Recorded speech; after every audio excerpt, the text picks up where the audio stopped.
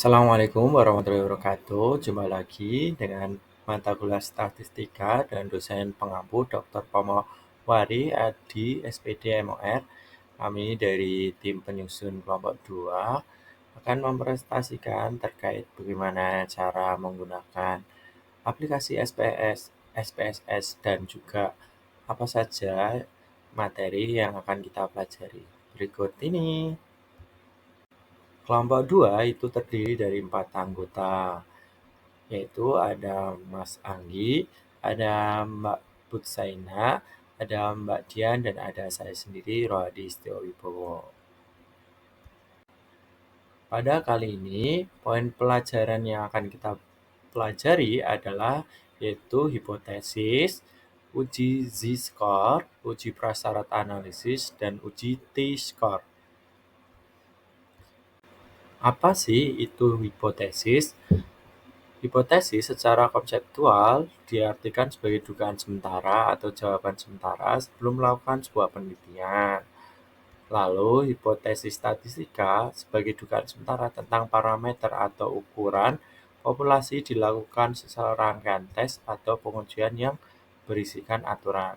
Sehingga nanti muncul apakah prosedur itu akan menolak atau tidak menolak hipotesis nol yang telah dirumuskan. Jenis hipotesis statistika. Terdapat beberapa jenis hipotesis statistika, di antara hipotesis nol atau H0 diduga menyatakan tidak ada hubungan pengaruh dan perbedaan. Ini menyatakan tidak ada pengaruh antara variabel yang diuji. Berikutnya ada hipotesis alternatif atau H1 atau HA yang menyatakan bahwa terdapat hubungan pada variabel yang diuji atau terdapat pengaruh. Ini lawan kata dari hipotesis nol. Pada hipotesis ini, dasar pengambilan keputusan jika p-value kurang dari sama dengan 0,5 berarti hipotesis nol ditolak, yang artinya ada hubungan atau pengaruh. Sedangkan jika p-value lebih dari 0,5 maka hipotesis gagal, ditolak atau tidak ada hubungan atau pengaruh sama sekali. Fungsi hipotesis pada statistik, yaitu yang pertama memberikan arah pada peneliti sehingga peneliti dapat melakukan penelitian tanpa salah jalan. Selanjutnya menjadi dasar dalam menentukan metode analisis data, jadi menentukan cara atau metode apa yang akan digunakan untuk menganalisis data yang telah didapat. Berikutnya, membatasi ruang lingkup penelitian agar fokus dan terperinci. Yang terakhir menjadi acuan dalam menarik kesimpulan sehingga tidak terdapat kesimpulan yang bias atau membingungkan. Selanjutnya adalah uji prasyarat analisis data. Adalah serangkaian uji asumsi yang harus dipenuhi sebelum melakukan uji hipotesis atau analisis statistik. Untuk memastikan data memenuhi syarat atau asumsi, metode statistik yang akan dipakai sehingga analisis valid dan tidak bias. Jadi harus dipastikan data yang akan diolah itu mampu membuat peneliti lebih paham terkait apa yang akan diambil.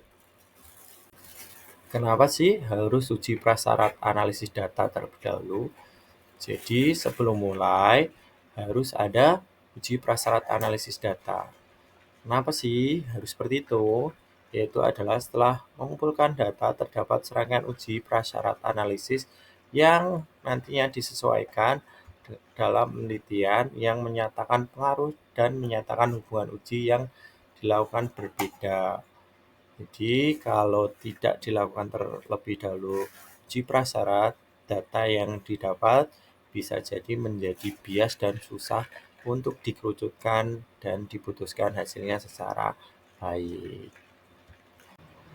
Dalam uji prasyarat analisis data ada beberapa hal yang bisa dilakukan, yaitu yang pertama adalah uji normalitas, yaitu menyatakan ada pengaruh atau hubungan atau beda di dalam data yang kita ambil. Uji normalitas ini untuk menentukan apakah distribusi data pada sampel mengikuti distribusi normal. Selanjutnya adalah uji homogenitas, yaitu kevariasian dalam data yang kita teliti. Berguna untuk mengetahui apakah variasi atau kelompok sama atau homogen. Berikutnya ada uji linearitas atau pengaruh dan hubungan. Prosedur ini digunakan untuk mengetahui status linear tidaknya distribusi nilai data yang diperoleh. Secara lebih terperinci, uji normalitas memiliki tujuan yaitu mengetahui apakah data berdistribusi normal. Hal ini berkaitan untuk digunakan selama uji parametrik di tes, ANOVA, dan regresi. Metodenya ada beberapa, yaitu ada Shapiro-Wilk, Kolmogorov-Smirnov, dan histogram, lalu ada ggplot.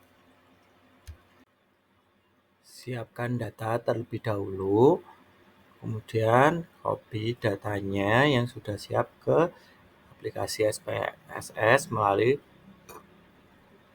variabel view. Kasih tanda. Selanjutnya, jika sudah di copy, jangan lupa desimalnya dinolkan. Terus di copy paste ke data. Terus setelah itu untuk uji signifikansi atau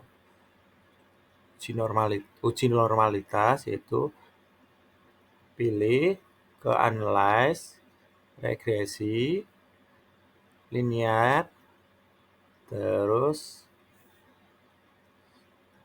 motivasi belajar, pilih dependent dan independennya, jangan sampai terbalik ya. Selanjutnya,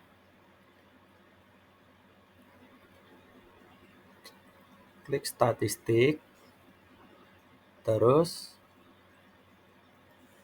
di save, dicentang understanding, lalu klik OK. Nah, setelah itu akan muncul, scroll ke bawah. Selanjutnya, data yang sudah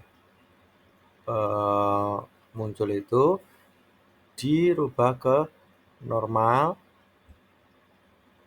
terus klik lagi di itu, di analyze, no parameter test, latency dialog, dan G-square. Pilih yang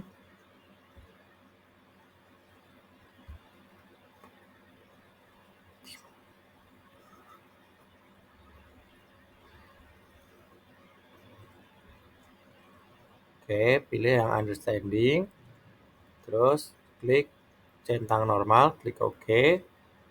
Nah, di situ nanti akan muncul one sampel Kolmogorov-Smirnov yang dipakai nanti di hasil data adalah yang digunakan standar deviasi. Berikutnya adalah cara membaca hasil dari tes yang sudah dilakukan atau menginterpretasikan hasil, yaitu keterangan yang di situ adalah uji normalitas dapat menggunakan uji Kolmogorov-Smirnov. Anda perlu membandingkan distribusi data observasi dengan distribusi normal teoritis dengan melihat nilai signifikansi atau sig. Hasil uji, jika nilai sig lebih dari 0,05, data dianggap berdistribusi normal. Sebaliknya, jika sig lebih kecil dari 0,05, data dianggap tidak normal. Kesimpulan dari hasil tes yang sudah dilakukan, pada output data, nilai signifikansi yang diperoleh adalah 0,200, maka dapat disimpulkan bahwa data hasil belajar memiliki distribusi yang normal. Karena nilai sig lebih kecil daripada 0, lebih besar dari 0,05. Dengan demikian, asumsi normalitas terpenuhi dan data layak digunakan untuk analisis statistik parametrik. Selanjutnya ada uji homogenitas. berfungsi atau memiliki tujuan untuk mengetahui apakah terdapat perbedaan antara variasi dua kelompok atau lebih. Digunakan untuk perbandingan antar kelompok dalam tes, yaitu t-test atau ANOVA. Metodenya itu ada beberapa, yaitu Levene test dan Butler test. Seperti biasa, sebelum memulai siapkan datanya yang akan kita teliti dan kita olah. Di sini kita menggunakan nilai 2 kelas. Jangan selalu ingat untuk di variable view untuk dirubah ke 0 desimalnya. Selanjutnya dikasih tanda kelas A dan kelas B. Kelas A dikasih tanda kelas 1, kelas B dikasih tanda kelas 2. Selanjutnya copy data kelas A maupun kelas B ke data view.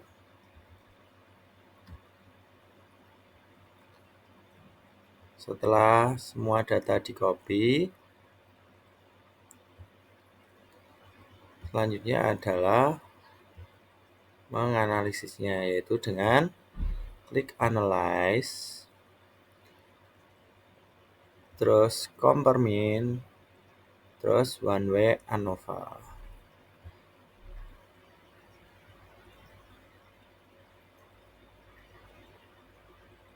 Jangan lupa dimasukkan ke dependent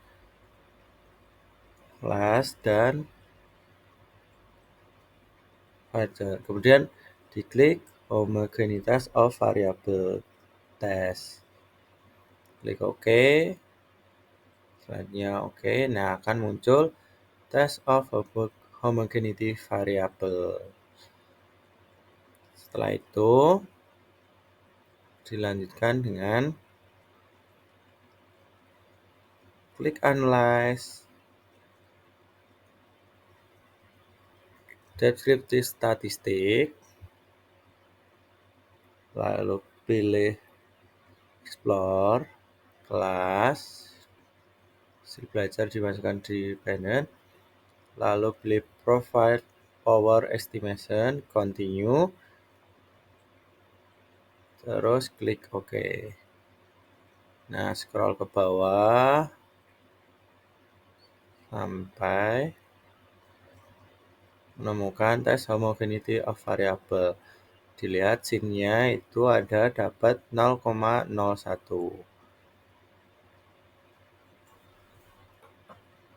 Selanjutnya klik analyze, lalu compare mean, independent sample t-test,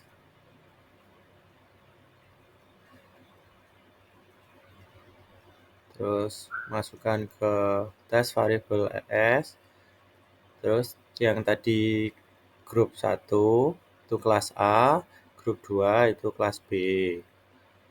Ditulis 1 dan 2. Klik continue, klik OK. Terus scroll ke bawah, muncul hasilnya. Terus akan muncul independent sample t-test. Nah, dilihat sin-nya sama ya, 0,01.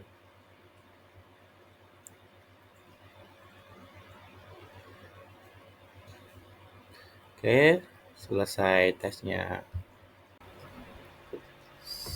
Seperti biasa, sebelum memulai siapkan datanya yang akan kita teliti dan kita olah.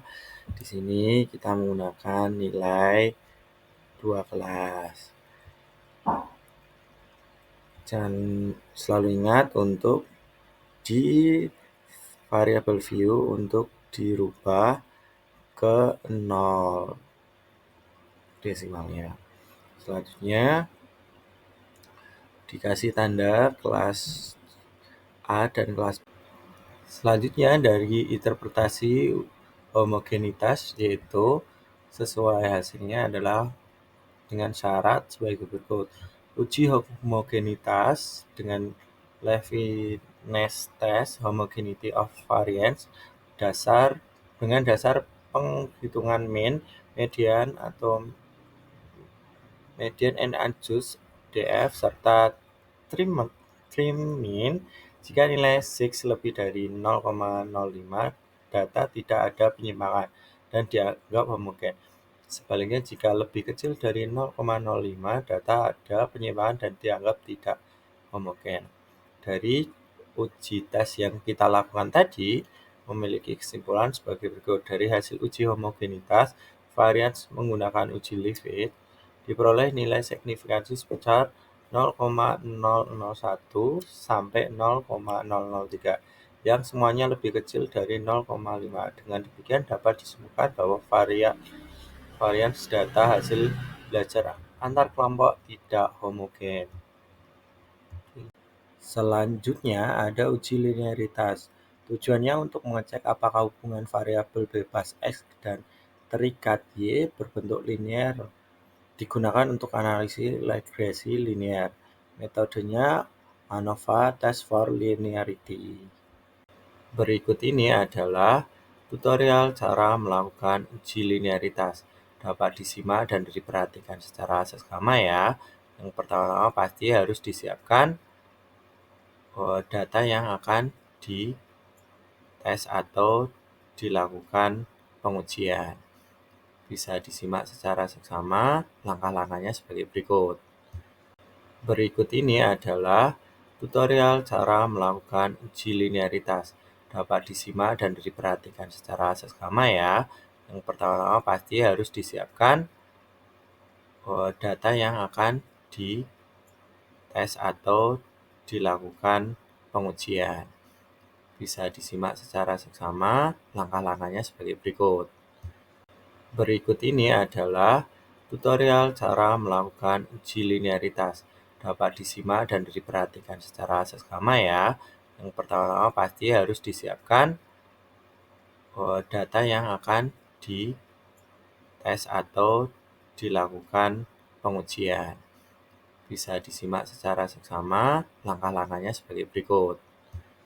Berikut ini adalah tutorial cara melakukan uji linearitas. Dapat disimak dan diperhatikan secara seksama ya. Yang pertama pasti harus disiapkan data yang akan dites atau dilakukan pengujian. Bisa disimak secara seksama, langkah-langkahnya sebagai berikut. Berikut ini adalah tutorial cara melakukan uji linearitas. Dapat disimak. Selanjutnya adalah membaca hasil uji linearitas atau interpretasi dari uji linearitas. Dengan ketentuan sebagai berikut. Uji linearitas, jika nilai sig deviation from linearity lebih besar dari 0,05, data tidak ada penyimpangan dan dianggap linear. Sebaliknya, jika sig deviation from linearity lebih kecil dari 0,05, data ada penyimpangan dan dianggap tidak linear. Dari hasil data yang kita olah tadi, uji linearitas dilakukan untuk mengetahui apakah terdapat hubungan linear antara variabel X dan Y. Berdasarkan hasil analisis menggunakan ANOVA, diperoleh nilai signifikansi pada baris linearity sebesar 0,332 dan pada baris deviation from linearity sebesar 0,924. Karena hasil nilai signifikansi deviation from linearity lebih besar dari 0,05, maka dapat disimpulkan bahwa hubungan antara variabel X dan Y bersifat linear, sehingga asumsi linear terpenuhi. Selanjutnya ada uji T, yaitu uji t-test sebutannya. Uji T digunakan untuk data berdistribusi normal dan variabel varias antar kelompok homogen. Jika syarat tidak terpenuhi, alternatifnya bisa menggunakan uji non-parametrik, misalnya Common, Mann-Whitney, dan sebagainya. Yang pertama ada one simple t-test, digunakan untuk membandingkan rata-rata satu sampel dengan nilai tertentu, misalnya nilai standar atau rata-rata populasi. Contoh, apakah rata-rata nilai siswa kelas A berbeda dari KKM. Selanjutnya ada independent sample t-test. Digunakan untuk membandingkan rata-rata dari dua kelompok yang tidak berhubungan atau independen. Contohnya apakah rata-rata nilai siswa laki-laki berbeda dengan siswa perempuan. Selanjutnya ada variate simple t-test, dependent t-test. Digunakan untuk membandingkan rata-rata dua data yang berpengaruh atau saling berkaitan. Contohnya adalah perbedaan nilai dan sebelum tes pembelajaran tertentu. Selanjutnya adalah tutorial dari one sample t-test. Siapkan dulu data yang akan dites, selanjutnya disesuaikan cara untuk melakukan atau mengolah data dengan SPSS, yaitu di one sample t-test. Bisa disimak secara rinci langkah-langkahnya sebagai berikut. Selanjutnya adalah tutorial dari one sample t-test. Siapkan dulu data yang akan dites, selanjutnya disesuaikan cara untuk melakukan atau mengolah data dengan SPSS, yaitu di one sample t-test. Bisa disimak secara rinci langkah-langkahnya sebagai berikut. Selanjutnya adalah tutorial dari one sample t-test. Siapkan dulu data yang akan dites, selanjutnya disesuaikan cara untuk melakukan atau mengolah data dengan SPSS, yaitu di one sample t-test. Bisa disimak secara rinci langkah-langkahnya sebagai berikut. Selanjutnya adalah tutorial dari one sample t-test. Siapkan dulu data yang akan dites, selanjutnya disesuaikan cara untuk melakukan atau mengolah data dengan SPSS, yaitu di one sample t-test. Bisa disimak secara rinci langkah-langkahnya sebagai berikut. Selanjutnya adalah tutorial dari one sample t-test. Siapkan dulu data yang akan dites, selanjutnya disesuaikan cara untuk melakukan atau mengolah data dengan SPSS, yaitu di one sample t-test. Bisa disimak secara rinci langkah-langkahnya sebagai berikut. Selanjutnya adalah membaca hasil one sample t-test atau interpretasi dengan ketentuan sebagai berikut.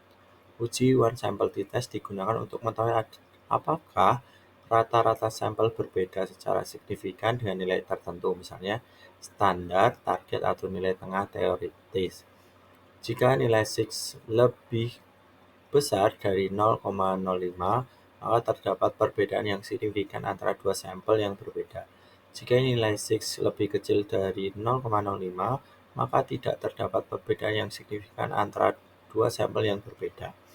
Sedangkan pada tes yang sudah kita lakukan, yaitu uji one sample t-test, digunakan dalam penilaian ini untuk mengetahui apakah rata-rata data sampel perbedaan secara signifikan dengan nilai perbandingan test value yang telah ditentukan sebelumnya. Berdasarkan hasil analisis yang dilakukan dengan bantuan program SPSS, diperoleh nilai T hitung sebesar 6,743 dan signifikansi sebesar 0,00 yang menjadi dasar pengambilan keputusan terhadap hipotesis. Dari data tersebut dapat diperoleh nilai signifikansi lebih besar dari 0,05, maka hipotesis 0 diterima. Tutorial melakukan independent sample t-test. Berikut tata cara melakukan atau menggunakan SPSS untuk mencari independent sample t-test. Disimak ya cara-cara dan langkah-langkahnya untuk melakukan tes independent sample t-test. Tutorial melakukan independent sample t-test. Berikut tata cara melakukan atau menggunakan SPSS untuk mencari independent sample t-test. Disimak ya cara-cara dan langkah-langkahnya untuk melakukan tes independent sample t-test. Tutorial melakukan independent sample t-test. Berikut tata cara melakukan atau menggunakan SPSS untuk mencari independent sample t-test. Disimak ya cara-cara dan langkah-langkahnya untuk melakukan tes independent sample test. Tutorial melakukan independent sample test. Berikut tata cara melakukan atau menggunakan SPSS untuk mencari independent sample test. Disimak ya cara-cara dan langkah-langkahnya untuk melakukan tes independent sample test. Tutorial melakukan independent sample test. Berikut tata cara melakukan atau menggunakan SPSS untuk mencari independent sample test. Disimak ya cara-cara dan langkah-langkahnya untuk melakukan tes independent sample test. Tutorial melakukan independent sample test. Berikut tata cara melakukan atau menggunakan SPSS untuk mencari independent sample test. Disimak ya cara-cara dan langkah-langkahnya untuk melakukan tes independent sample test. Tutorial melakukan independent sample test. Berikut tata cara melakukan atau menggunakan SPSS untuk mencari independent sample test. Disimak ya cara-cara dan langkah-langkahnya untuk melakukan tes independent sample test. Tutorial melakukan independent sample test. Berikut tata cara melakukan atau menggunakan SPSS untuk mencari independent sample test. Disimak ya cara-cara dan langkah-langkahnya untuk melakukan tes independent sample test. Tutorial melakukan independent sample test. Berikut tata cara melakukan atau menggunakan SPSS untuk mencari independent sample test. Disimak ya cara-cara membaca hasil independent sample test. Yaitu dengan ketentuan uji independent sample test digunakan untuk mengetahui apakah terdapat perbedaan rata-rata antara dua kelompok yang tidak berhubungan atau independen, misalnya perbedaan kinerja antara pegawai pria dan wanita atau antara kelompok eksperimen dan kontrol. Leibniz test of for equality of variance uji homogenitas varian jika 6 lebih besar dari 0,05 varian sama digunakan baris equal varian asumsi. Selanjutnya jika 6 0,0 lebih besar varian berbeda gunakan baris equal variance not asumsi. Simpulan berdasarkan hasil uji independent sample test diketahui bahwa uji Leibniz test menunjukkan nilai signifikansi 0,001 lebih kecil daripada 0,05 sehingga asumsi kesamaan varians tidak terpenuhi dan analisis dilanjutkan dengan menggunakan baris equal variance not assumption. Nilai T hitung diperoleh sebesar 6,480 dengan derajat kebebasan DF sebesar 41,357. Signifikansi 0,00 lebih kecil daripada 0,05. Dengan demikian terdapat perbedaan yang signifikan antara rata-rata kedua kelompok. Langkah-langkah untuk melakukan tes variate sample test atau dependent test. Yang pertama-tama pastikan data sudah disiapkan. Selanjutnya ikuti langkah sebagai berikut ini. Langkah-langkah untuk melakukan tes variate sample test atau dependent test. Yang pertama-tama pastikan data sudah disiapkan. Selanjutnya ikuti langkah sebagai berikut ini. Langkah-langkah untuk melakukan tes variate sample test atau dependent test. Yang pertama-tama pastikan data sudah disiapkan. Selanjutnya ikuti langkah sebagai berikut ini.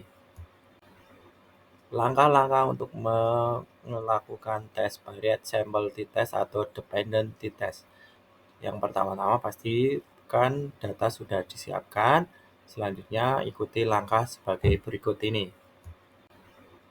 Langkah-langkah untuk melakukan tes variate sample test atau dependent test.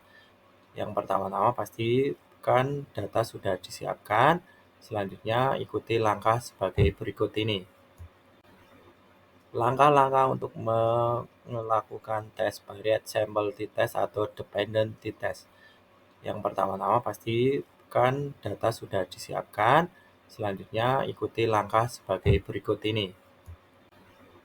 Langkah-langkah untuk melakukan selanjutnya adalah membaca hasil variate sample t-test atau dependent t-test dengan ketentuan yaitu digunakan untuk mengetahui apakah terdapat perbedaan rata-rata antar dua data yang berpasangan atau bersinggungan. Jika sinks lebih kecil daripada 0,05, artinya ada perbedaan signifikan. Selanjutnya jika sig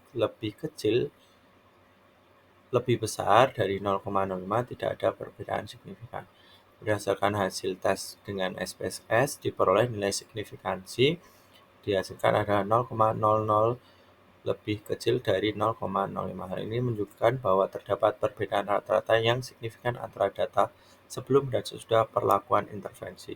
Dengan demikian hipotesis 0 H2 H0 ditolak dan hipotesis alternatif H1 diterima. Kesimpulan, perlakuan atau kebijakan atau intervensi yang diberikan terbukti memberikan perubahan yang signifikan pada hasil di mana rata-rata setelah perlakuan lebih tinggi dibandingkan sebelum perlakuan. Selesai.